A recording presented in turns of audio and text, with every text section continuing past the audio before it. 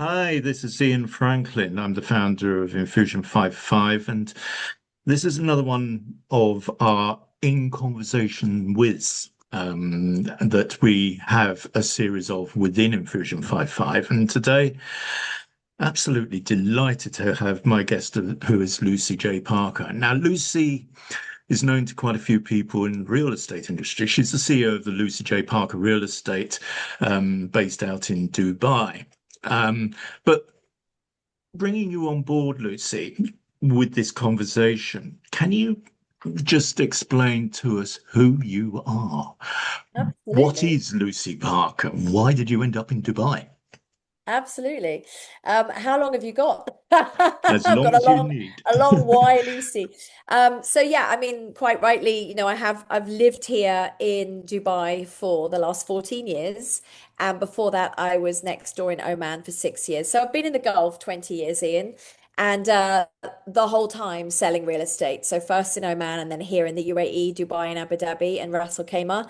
And in terms of who am I? Well, before that, and apart from that, I am absolutely an avid adventurer and traveler, and actually currently on a mission to see every country in the world. So just got back from a trip to see four more new countries. So yeah, absolutely. I think what I love about real estate in this part of the world is I'm literally speaking to clients from every country on the planet, which is built inside me. It's what I love doing. I love mixing with people and connecting and, finding solutions. And the people that are generally I'm speaking to that are looking to move to Dubai or invest here in this region are looking for options and alternatives for a better lifestyle from the West or from wherever.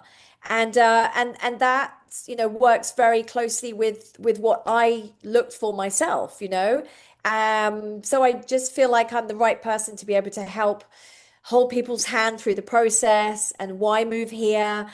And also in another part that's very important about my background that people should know is that I have lived all over the world. So I was brought up in the South Pacific until I was 8 in Vanuatu and Fiji. I've also lived for a couple of years in Central America, in Costa Rica and Honduras. So I do speak Spanish. Lived in Europe, so in France and Spain. And yes, of course, I speak French as well.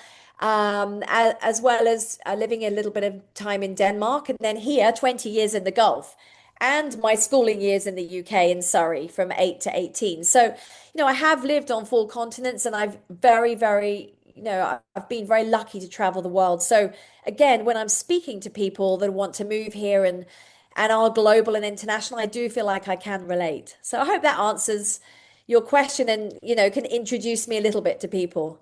Superb answer. Thank you very much. And there's a lot of what you've just said there also relates to, and we'll come back to it later anyway, to some Sure. of the volunteering work that you've done also over the years. Okay. But as I say, we'll come back to that later. But let's just flip back to Dubai and Abu Dhabi as well, because Sure. that's basically down the road from Dubai. It is. Yeah. But why Dubai? What's so special about it? Oh gosh. Well, firstly, I have to say that for me, having just come back from being traveling, I feel so safe here.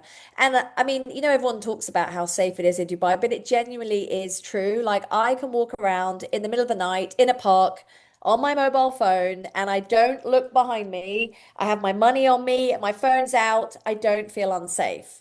And where in the world can you feel like that, Ian? It's very unique. It really is. I mean, maybe Japan, I was just at that, but there's nowhere else. Certainly not the UK, definitely not the USA, and as to Asia or South America, absolutely not. You'd be fearing for your life. So safety is really important in this day and age. And the other thing, of course, is the obvious answer, which is tax free. So for many Brits, especially, a lot of Brits are my clients, when you're paying sort of 30-40% tax in the UK for services that you're promising you're not necessarily getting, and people that are earning very, very well predominantly have really hustled and grafted their entire life for that money. And then they look back and they think, well, I've done all this, and now I'm having my own family, and I'm bringing them up in an environment where they don't I don't feel safe. They're not safe. I'm not getting all the benefits. So why would I be paying tax? And that is driving the ultra wealthy to this part of the world because they want a better life. And quite frankly, why don't they deserve that? That's how they look at it. And I mean, I've got, examples of clients I can give you. One client, one couple family, they were living in the south of France, actually very close to Dodi Al Fayed's old house, just above the hills in Saint-Tropez. Very, Okay. very, very wealthy, self-made multi-millionaire. He's British, she is French. Two young boys, and they own Ferraris, and she has beautiful clothes and handbags and shoes. And they said that their house was broken into twice. They had people scratching their Ferraris. And, he's like, I've worked all my life. I think he was 66. I've worked all my life for this lifestyle, and I don't even feel like I can enjoy it. So at least I can come to Dubai with my young family, and we can enjoy the fruits of my labor, if you like. So and that's a common theme, to be fair. The other thing as well is, and I don't want to sort of cause any uproar by people watching this, but there's a lot to be said about the traditional society here in the Middle East in terms of, again, I have families that are fed up with, the latest woke system in the British education system and also Europe, and they just want to bring up their children in the same environment that they had or we had when we were brought up, 40, 50, 60 years ago. So that's very key as well, believe it or not. That's actually driving people here, just that alone, the system, the educational system. So we've predominantly got safety, we've got tax-free, we've got the educational system, and then there's the obvious ones like the sunshine pretty much all year round. I'd say we have 2 weeks of rain and grey sky a year. And a lot of us North Europeans are fed up with the awful weather, me included. And then, you've got other things like logistically, we are literally in the center of the world. From this hub, from the Gulf, you can literally go either any direction, north to Europe, south to Africa, east to Asia, west over to the US.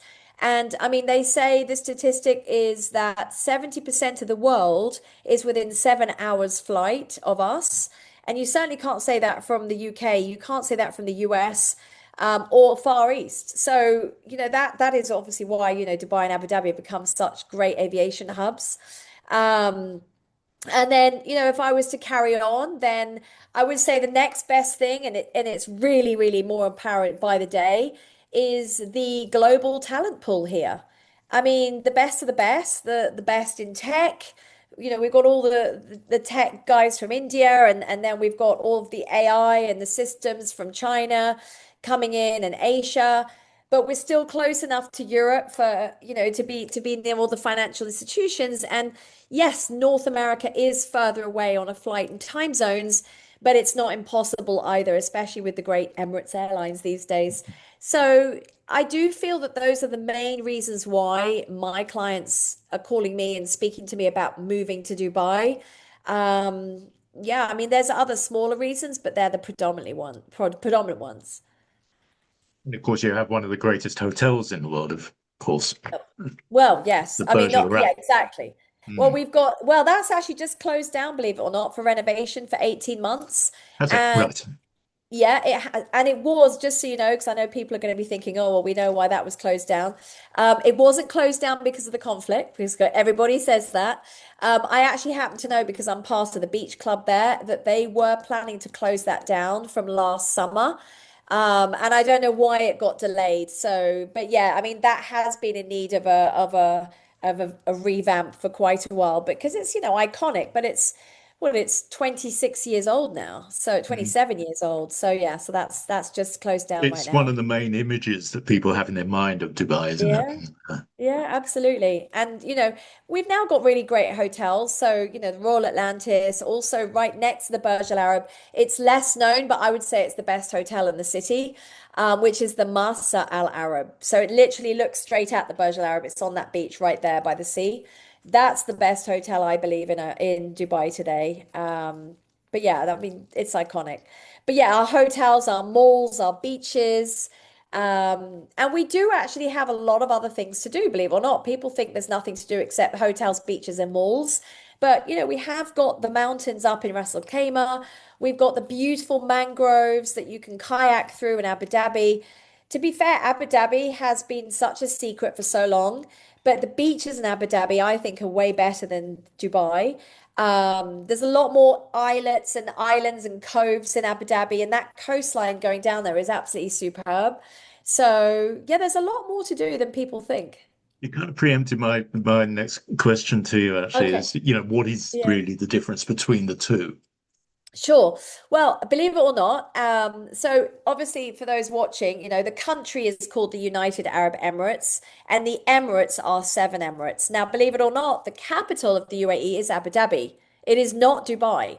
And people don't know that because Dubai has obviously featured in the media for so long, and Abu Dhabi has kept behind in the shadows. But Abu Dhabi is actually where the government sits. It's where the major decisions obviously are all made, and it is the wealthier of all the Emirates. So it's also where all the financial institutions are based and opening up more and more. And predominantly, most of the family offices are set up in Abu Dhabi. Now, that's not to say Dubai doesn't have the financial institutions, and we have our own financial center, the DIFC, which is very, very strong here. But that's an essentially for those watching who may not be familiar. Also, Abu Dhabi is only 45 minutes to an hour down the road. It's most well known probably for having the Formula One that we have at the end of November. But what is really exciting is Disney World is coming. And Disney World, when it comes to the Gulf, I don't doubt will be better than anything we've ever seen in the world. So today, there's really only Disneyland in Florida, sorry, in LA, Disney World in Florida, and then you've got Euro Disney in Paris. So this is, going to be iconic. And if you look at the world map here, and if you think about it, we're next to all of Asia and India and all of Africa. It's a long way for them to travel to go to the US or to come to Europe, and it's very hard for them to get visas to those countries to even visit. So the visitor numbers that are expected for this Disney World are far going to surpass those of any of the others to date.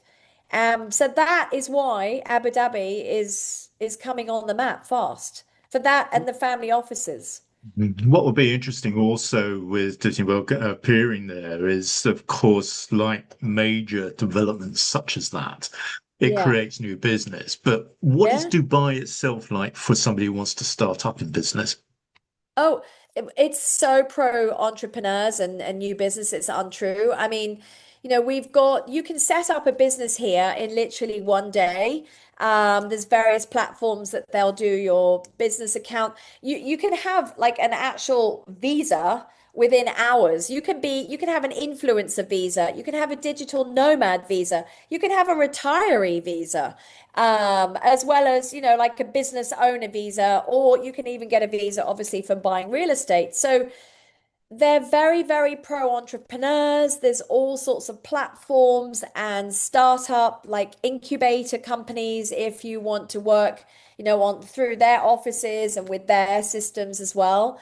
And there's a lot of training here, and we have so many conferences and summits that like I would say, AI here is probably more advanced than anywhere on the planet now. Like our government aims to be completely AI led within the next 2 years. I mean, we're already digital as it is, and I think, I don't see any other country in the world being as digital as we are in terms of, when we come through customs, immigration, when I get my mobile phone, I don't need to pay fines or anything because everything's linked from my car registration online straight through to we call it a UAE pass, which is a link on our phones, and that's connected to our IDs. Same for our gas bit, petrol bill, not petrol, electricity and mobile phone bills. So it's just really, really advanced. Whereas, I mean, I haven't lived in the UK to be fair for 20 years now, but what I remember about the UK is it's still very much, bills and you receive it every month and it doesn't all seem to be connected up to everything you do. I don't know. I might be wrong. Hmm. There is one thing that's going on, of course, down in the region, this conflict, for want Yes. of a better term.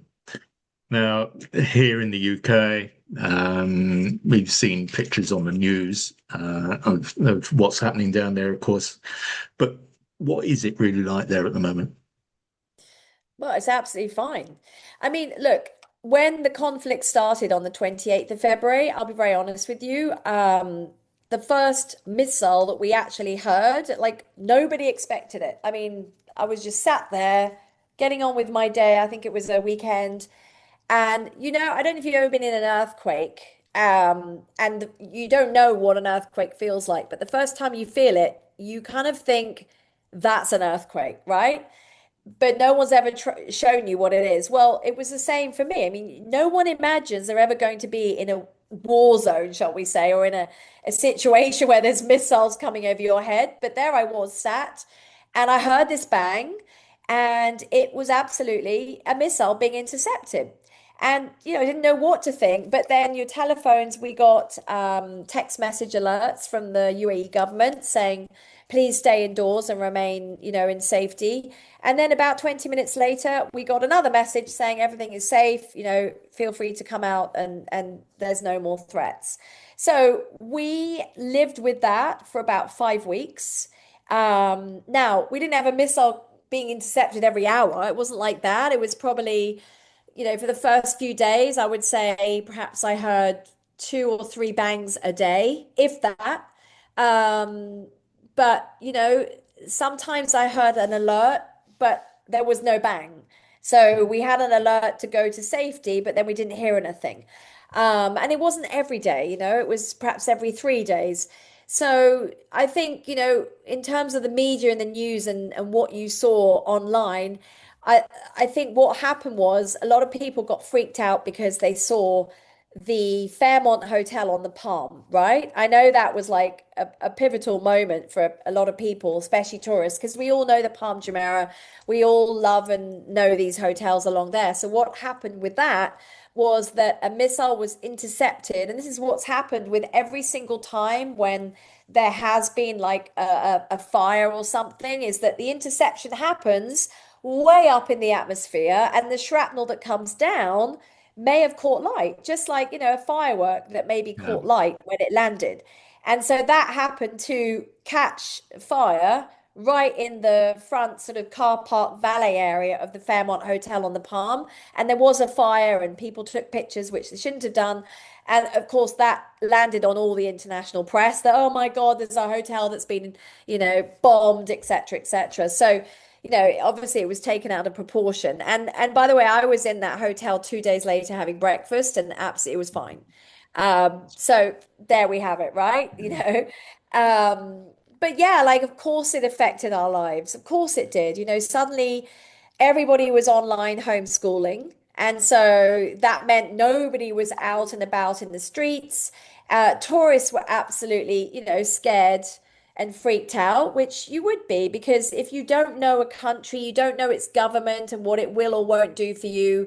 You only have your own government experience and or lack of without going into too much detail there. So you don't know what to expect and if people are going to care about you as a tourist here. So you get worried and you send pet messages and photos to your family going, oh my God, am I going to die? And, completely over the top. But yes, within 2 weeks, all the tourists had left and managed to get flights out. And then it has become very quiet. And so now the reality, Ian, is that we don't really have many tourists here at all. I'll come back to that. But it is absolutely back to normal in terms of all the schools went back a week and a half ago, 2 weeks ago.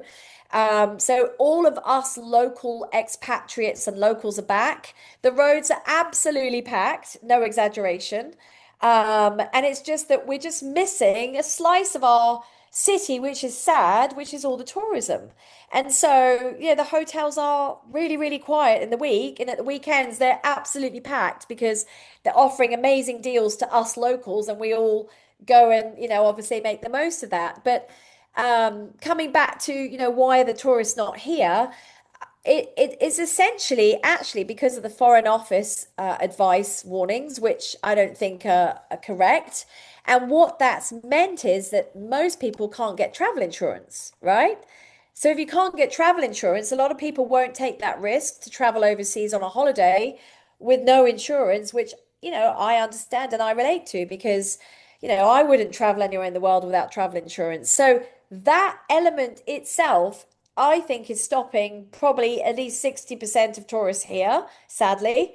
There's obviously an element of tourists that are worried, and I don't want to go there right now in case, there's a missile, which potentially is warranted if, you don't know what to expect. But, for us lot, like we don't, there's no alerts anymore. Apparently there have been a couple of interceptions 3 or 4 days ago, but I didn't hear anything. And life goes on. And even when there were interceptions, sort of from week 2 onwards, and we had an alert message, can I honestly look you in the eye and say that we all ran to cover? No, we got so used to it that we just carried on our lives, which I don't know if that's the right thing to do, but if it's going to happen, it's going to happen. And it's safer than probably being on the roads in any city in the world and you're getting into a car accident, quite frankly. Mm. So that's where it's at. And, I would say the only other thing about why there's not many tourists now is because, of course, we're now entering the summer months anyway, and it gets really hot. So this is always our quiet season from May to September. So Right. what I truly believe is that tourists will be back for the October half term onwards. That's usually when we see tourists. And then I would say by Christmas, I would say we'd probably be not back at 100% where we were for tourism, but I'd say we'd be, if things, carry on like this now and the conflict's finished, then I would say we're probably back to about 70%. So, yeah. Of course, and you touched upon this earlier when you were describing what's so great about Dubai is the shopping.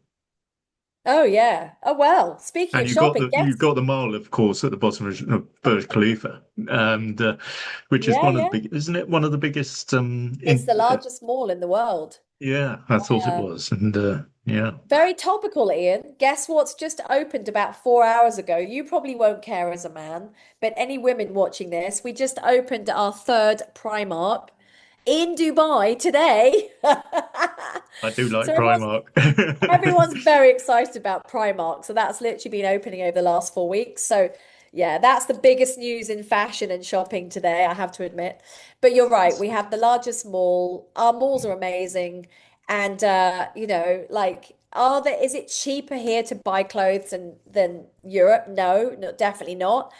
But it's fun and it's cool and it's AC and there's no litter and there's no homeless and there's no threat of phones being stolen. It's just a really nice experience. Mm. Let's come back to Lucy, rather than Okay. the locations, and talk about one or two of the other activities that you've been involved on. For example, the Uganda orphanage. Sure. So, yeah, I mean, so basically, I've always had a fascination with wanting to help and work in an orphanage. So, um, I haven't had children yet. I always wanted children. And so I love children. And I remember as a child when we lived in the South Pacific, my mum used to go and work in an orphanage to help out. And I remember she would never let me come with her. I mean, I must have been 3 or 4, so very young. And I just remember her saying, "No, you can't come with me."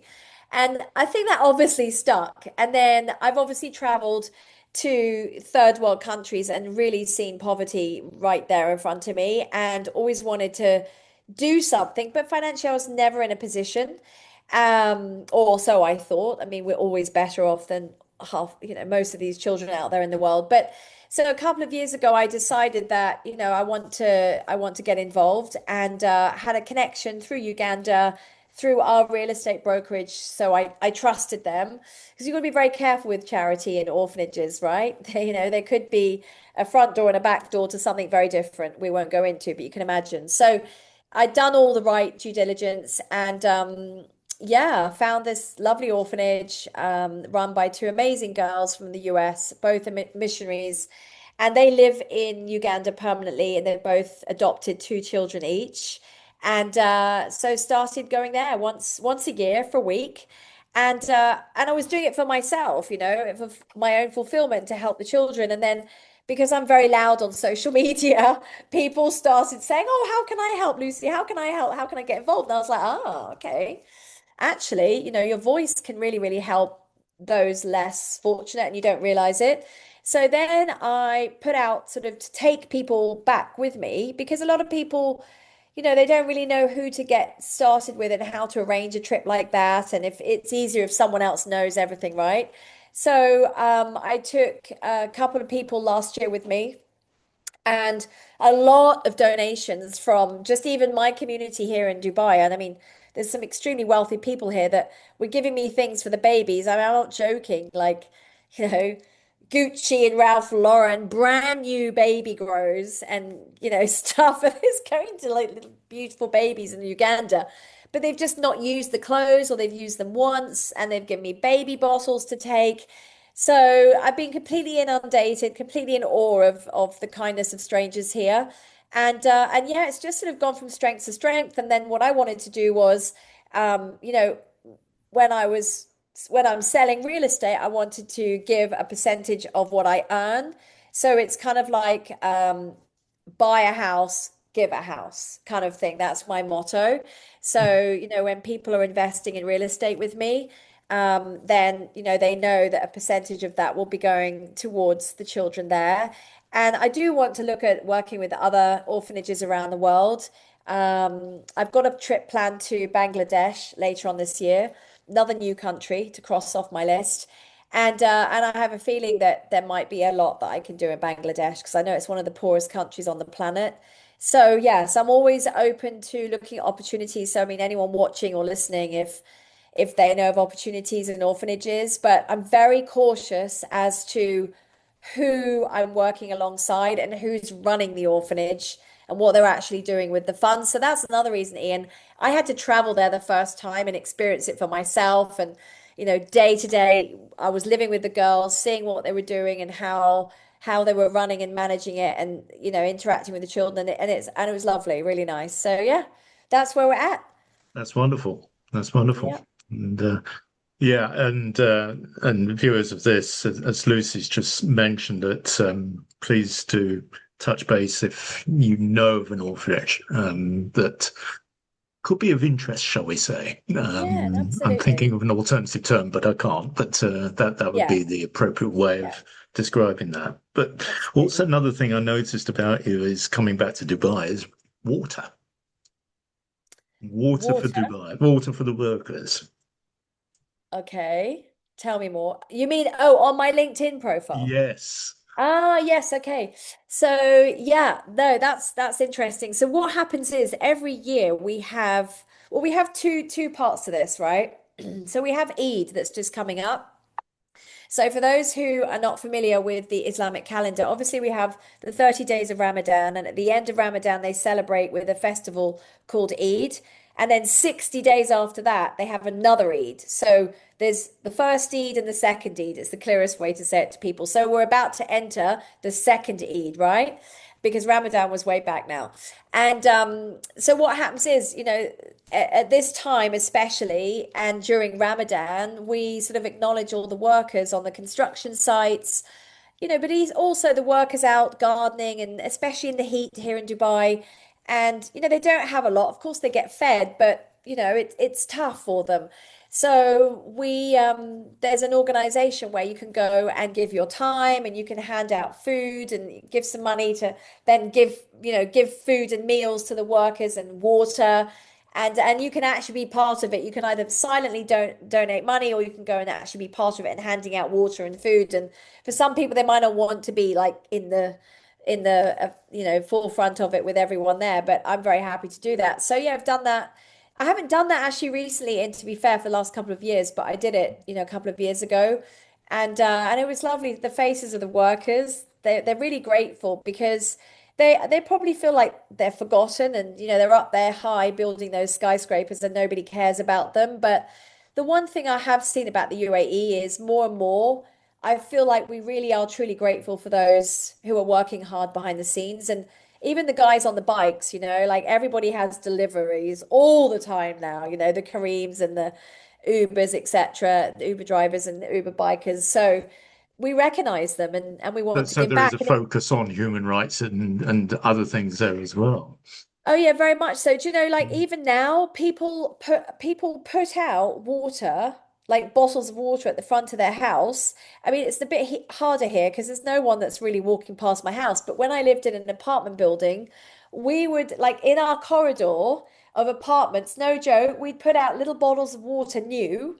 Because obviously the delivery drivers are coming into the apartment building to deliver your food at the door. And you'd have a sign saying, please help yourself. And people, it's very normal. People do that all over the city. So it's just really nice. I've never seen that in the UK before. So Excellent. yeah.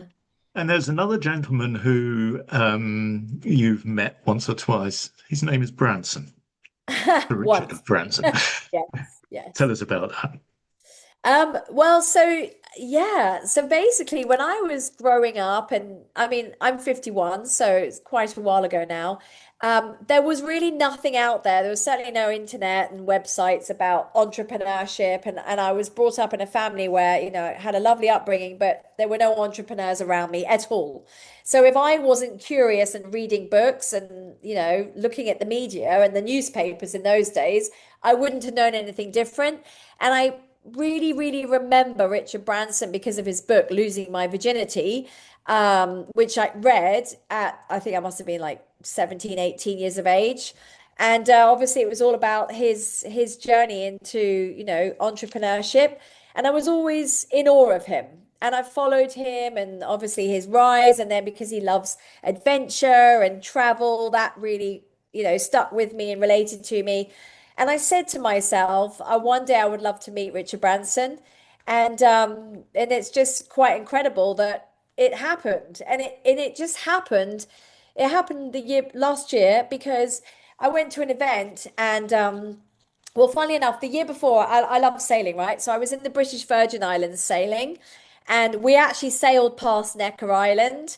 And I said to the crew on the yacht, I said, can you just get as close as you can to Necker Island? So I want a picture of me on the boat with Necker because I want to visualize that the next time I have a photo like this, I'm going to be on that island. I'm going to meet Richard Branson because you're not allowed to moor up at Necker Island. There's security. It's That's right. it's obviously a private island.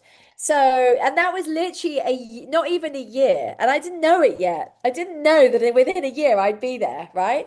So then I was at this conference in the March, that was last year, and then we were having a dinner. There was some, highly influential people at that dinner, and I think we were all talking, and everyone was like, "Where are you going next? Or what have you just been doing?" And I said, "Oh, well, I'd love to go sailing actually. Thinking about the BVI again." And someone said, "Oh, well, I'm going on a trip to a very special island in the BVI in a few months' time. Do you know Necker Island?" I said, "Sorry, Necker Island? Yes, I want to go there. Are you going?" And he went, "Yes." He said, "There's actually a group of us going, and we've got a couple of spaces." And I literally was like, "Okay, I'm there." I had no idea what the group was about. I didn't have no idea. I didn't have any clue how much it was going to cost. It wasn't cheap. And I said, sign me up. And literally, that is it, Ian. I was there with a group, and it was a group all about entrepreneurship, and it was all the C-suite of the Virgin Group that were flown in with Richard there. Obviously, it's his island where his residence. And yeah, it was 5 days, 8 to 8 at night with dinners every night. And Richard spoke about his journey, his life, how he built his businesses. He had his head of marketing there, he had his head of strategy there. He had his head of cruise ships there because obviously the Virgin cruise ships are very popular. And I also got a chance, didn't realize sadly that she wouldn't be here a few months later, but I had a couple of hours sitting with the lovely Joan, who's now sadly passed away. Her and I were sat sipping champagne for a couple of hours by the pool, talking about life. And, I asked her, how is it her and Richard are together after 50 years? So she was telling me all about your soulmate. And it was an incredible week. I got to play tennis with Richard. It's very relaxed. It's his island. He walks around bare feet. He's very relaxed, Ian. And, this is a man that has everything and can do anything he wants.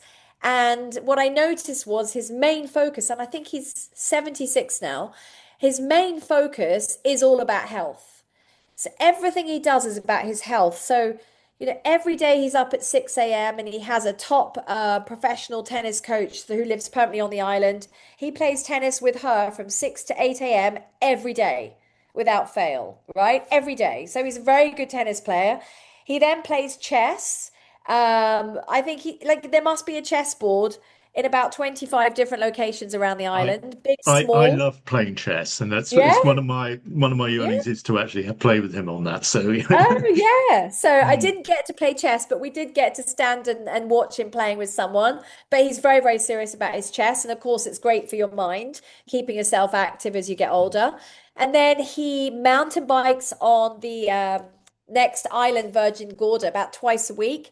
And honestly, like I didn't even go on that trip because I knew I would be able to handle it. And there's a 76-year-old man who goes up this steep hill twice a week. And I think he does like, I don't know, 10, 12 miles, but a really steep gradient, mountain biking. And then, as if that's not enough, he kite surfs, right? And he mm, doesn't just kite surf out like, there by the island for 20 minutes. He kite surfs for 3 to 4 hours between islands. I'm mm. not joking. This is a 76-year-old, and kite surfing is really, really strenuous on your upper body. Um, so I mean, he keeps completely healthy and fit. He's got a beautiful home. He's got like lemurs on the island. He drives around in a buggy barefoot. Just such a really nice experience. He's got pools everywhere and bars everywhere on the pools, but beautiful swimming pools like in different locations. He's got the It's a great it's a house. paradise, basically, isn't it? It is a paradise. Like he's Yeah. literally created his dream island, and Mm. it was a really lovely. We went sailing one day. It was a lovely experience, and I got to talk to him, and he was at the bar there. He doesn't drink a lot actually, and yeah, just a lovely, Mm. lovely guy, and just I was very in awe of being there actually because it's like something I'd wanted to meet him all my life. So yeah, Well, there you go.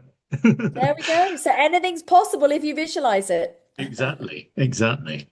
Yeah. We're coming to an end now, Lucy.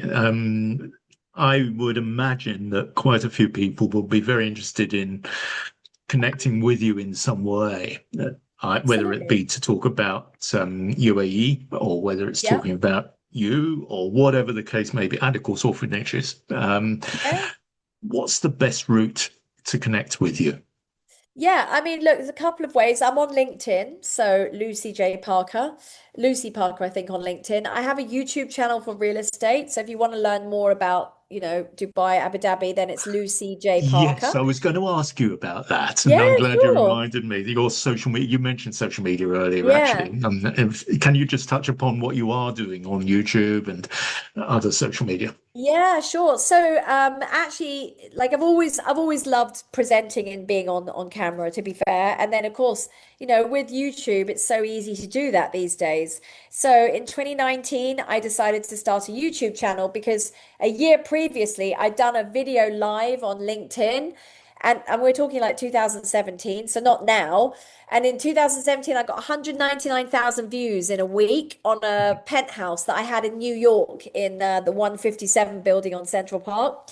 So then I was like, whoa, okay, I need to do something serious about videos because I can get people watching my videos. So started a YouTube channel, was just walking around communities on the Palm, sharing, knowledge and talking to you on a video as if you're my client next to me walking alongside, right? And it's just taken off. And, 7 years on, my YouTube channel's going from strength to strength. All of my clients who do end up investing here find me on YouTube because, when you do a Google search, the most powerful search comes straight to video. And I think I've actually done more videos of Dubai than anyone else. I think I've got over 800 videos or like 850 videos. So you'll naturally see Lucy J. Parker come up quite high up. And then people get in touch with me because I'm not very technical, Ian. So when I do a video, I'm not joking. I hold my phone, I press start, and I literally just walk and talk and show people on the camera houses, communities, where they should live, etc. And I think people like that because I don't edit it. I don't perfect it. It is me. And when you actually then meet me and you go and see properties, you're getting the same person that you're getting on that video. I can't The perfect real myself. thing, basically. Yeah, Yeah. exactly. And Mm, that's what mm, people want because when you're buying a property from overseas and you know nothing about the UAE, the most important thing is that you're going to trust that person mm. implicitly. It's the most important thing. I'd be the same. So yeah. So it So, works. so, so there you go, viewers. Look up Lucy on YouTube if Lucy you J. haven't done Parker. so already, and Yeah. subscribe Yeah. and do whatever else you do on YouTube. But you mentioned LinkedIn as well, of course. Yeah. Um, And then WhatsApp. I mean, look, I can give you my number. I don't know if you want to share it somewhere, Ian. You've got my number, but Well, I will just say, people can connect with myself on perhaps LinkedIn as well, yeah, and I can yeah. give that detail out afterwards with your agreement. So Yeah. yeah, Well, I mean, look, my number is on all of my videos of YouTube. There's a link. So under the YouTube videos, everyone, there's a description. You press a link and it comes directly to my WhatsApp. So oh, there you go. it's very Yeah. easy to Mm. find me. I have put my number everywhere. It's on LinkedIn if you just scroll down my bio. So, I'm contactable. Of course, you have to be in real estate. So yeah, happy to One help. quick Happy to chat. question: What's Sure. the future? What's the future for Lucy, and what's the future for you being in Dubai? So the future for Lucy is for now, I'm very happy in the UAE. I don't see home being anywhere except here. I mean, I'll never live back in the UK. But I don't know I'll be here forever. It would depend on personal circumstances as well. Um, in terms of business, I'm, very fascinated and curious about AI. So starting to integrate that more and more into my business so I can give more of a seamless experience to my clients without it being fake. I truly believe that I'm not going to be replaced by AI anytime soon. But I'm also not ignorant and naive. I'm not here saying, "Oh, it's never gonna, get in the way of my job." I think it'll just look different in real estate. And then of course, I'm on my mission to see every country in the world, Ian. So I'm at country 86. I need to get to country 86, but 197. So there's quite a few. So if there's any travelers out there who have some amazing ideas or off the beaten track tours, get in touch with me. I'm fascinated to talk to people about travel. Yeah. Lucy, it's been a great conversation. Thank you very much for your Not time. at And all. Thank you so much, Ian. It's lovely chatting with you. And obviously, I'd like to ask you lots of questions about you, but another time. another time, maybe. Yeah. Absolutely.